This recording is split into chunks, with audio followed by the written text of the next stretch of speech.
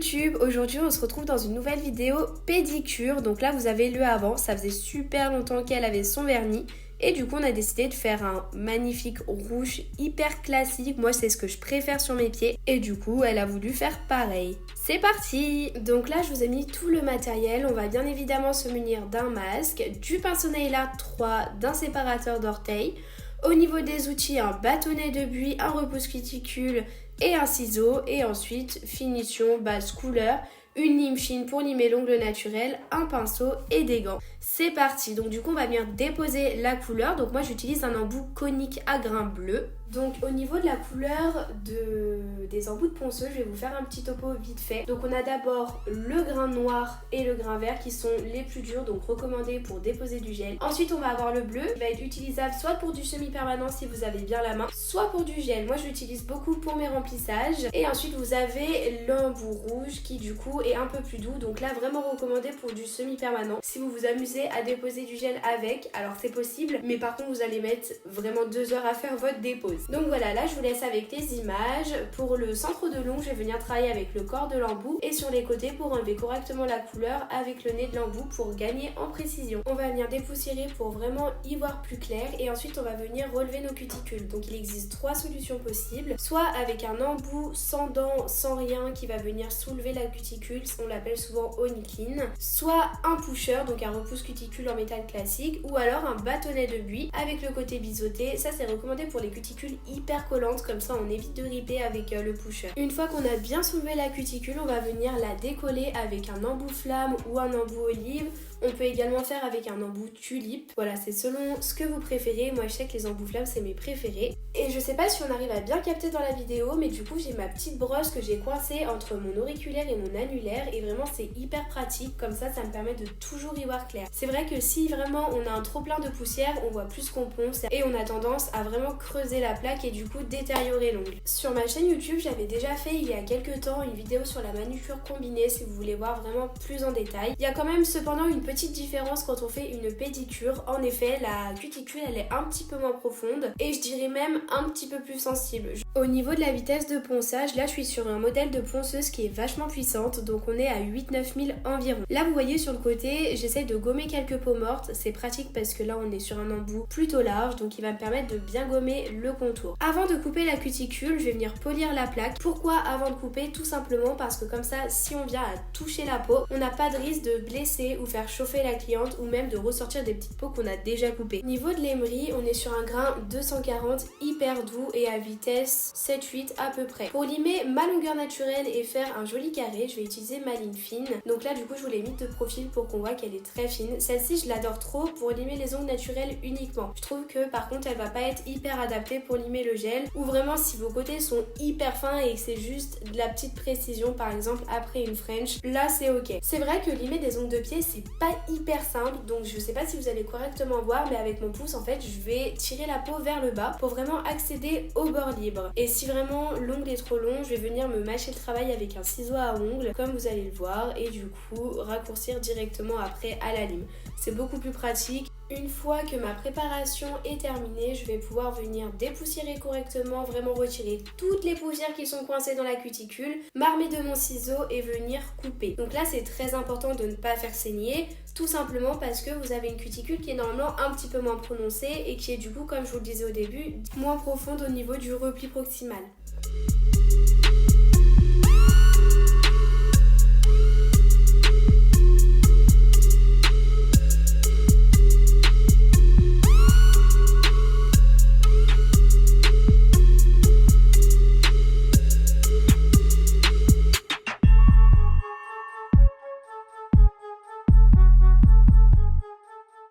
Là on voit bien qu'il reste encore pas mal de peau coincée sous la peau, donc je vais venir utiliser mon repousse cuticule et ressoulever à nouveau pour pouvoir glisser au mieux les lames de mon ciseau.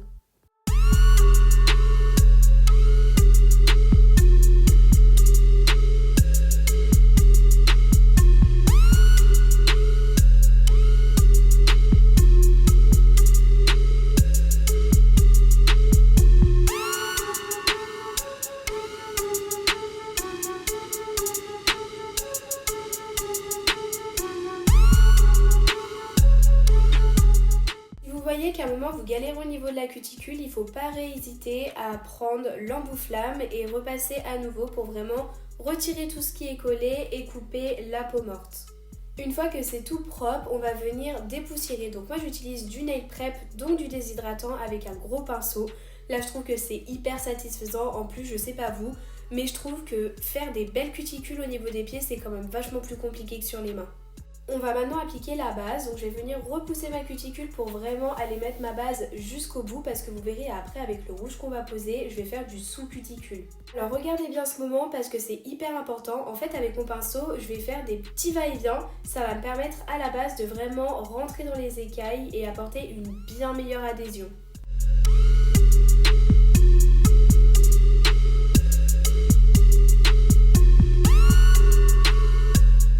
Lorsqu'il est impossible d'accéder à des endroits avec le pinceau du vernis, c'est pas grave, on prend notre pinceau fin et là au moins on sera sûr d'être précis et de mettre de la base là où il en faut.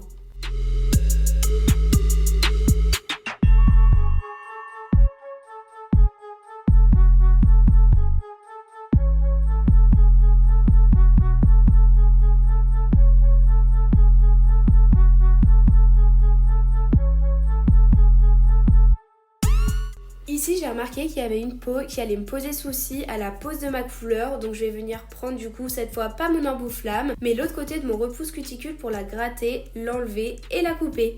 On passe maintenant à la pose de la couleur. Alors selon moi c'est l'étape vraiment la plus délicate, en plus là on a choisi du rouge donc le moindre débordement ça va se voir. Je commence déjà directement avec le pinceau du vernis, donc là vous verrez on est sur une magnifique couleur hyper pigmentée qui est vraiment opaque en une couche, mais vous verrez j'ai préféré quand même en mettre une deuxième parce que comme on est sur du semi-permanent, le reflet ne sera pas parfait et du coup apporter une deuxième couche en plus d'apporter de l'opacité, ça va m'apporter un tout petit peu plus d'épaisseur pour avoir le plus beau reflet possible à la fin.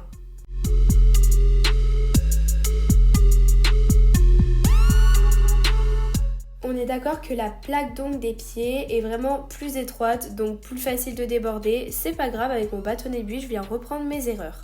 Et là, je pense que c'est un de mes moments préférés. C'est hyper satisfaisant, mais en même temps tellement difficile. Ça va être d'appliquer la couleur ultra proche de la cuticule. Et dans notre cas, même sous la cuticule.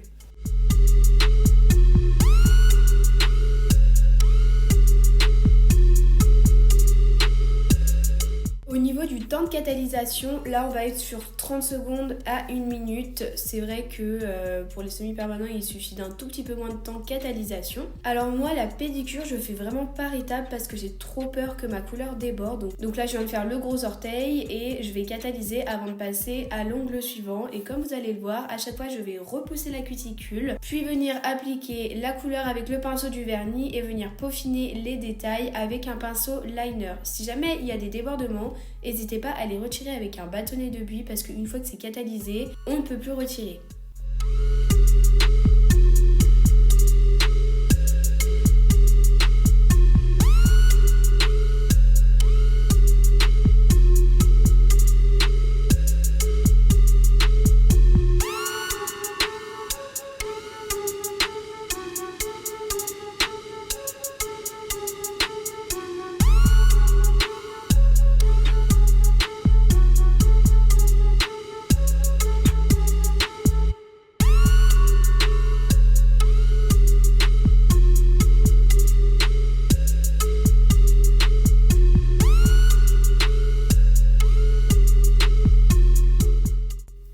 Les deux couches de vernis appliquées, on va venir passer à la finition. Donc je l'ai déjà dit dans plusieurs vidéos, mais c'est pas parce que la finition elle est transparente qu'il faut l'appliquer n'importe comment. Il faut pas hésiter à utiliser à nouveau son pinceau fin. Vraiment le pinceau fin, moi perso c'est mon meilleur ami et ça devrait être le meilleur ami d'absolument toutes les prothésistes parce que c'est hyper utile à plein d'étapes différentes.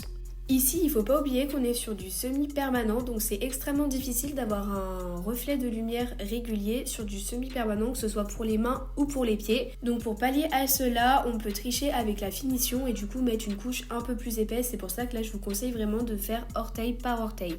Une fois la finition bien catalysée de partout, je vais venir prendre une lime fine, donc c'est la lime que j'utilise pour tout ce qui est ongles naturels, et venir vraiment limer tous les ongles pour que le bout soit vraiment droit et qu'il n'y ait pas de vernis sur la tranche. Moi perso je ne borde pas et je n'aime pas ça, donc je préfère vraiment avoir une tranche hyper fine et sans vernis. Une fois que la pose est terminée, on va venir hydrater les cuticules. Donc moi j'utilise des stylos à huile comme ça où je recharge avec mes huiles Nails Company à l'intérieur. Tout simplement parce qu'en fait avec le pinceau ça va être plus précis et on va vraiment éviter d'en mettre de partout. Donc tout ce qui est prise de photo, c'est vraiment pratique parce que nous les ongles frites, on n'en veut pas.